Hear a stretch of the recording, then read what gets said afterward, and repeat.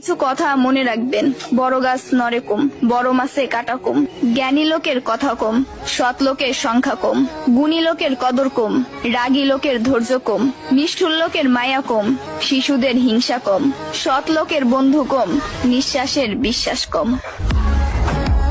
টাকার গরম, ক্ষমতার দাপট, সম্পত্তির অহংকার, রূপের বড়াই, এগুলা রাখবে কই? আমার জানা মতে কাফনের তো কোনো পকেট হয় না। একদিন আফসোস করবেন, জীবন শেষ হয়ে গেল কিন্তু কোনো নেক কাজ করা হলো না। আজ শরীরে শক্তি আছে কিন্তু ইবাদত করার ইচ্ছা নাই।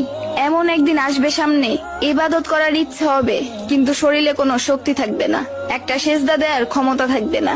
এখনো সময় আছে, তওবা করে ফিরে আসুন। সন্তান যখন দুনিয়ার সম্পদ দ্বারা ধনী হয়ে যায়, তখন বাবা মা ভয়ে ভয়ে কথা বলে যাতে সন্তান রাগ না করে। আর সন্তান যখন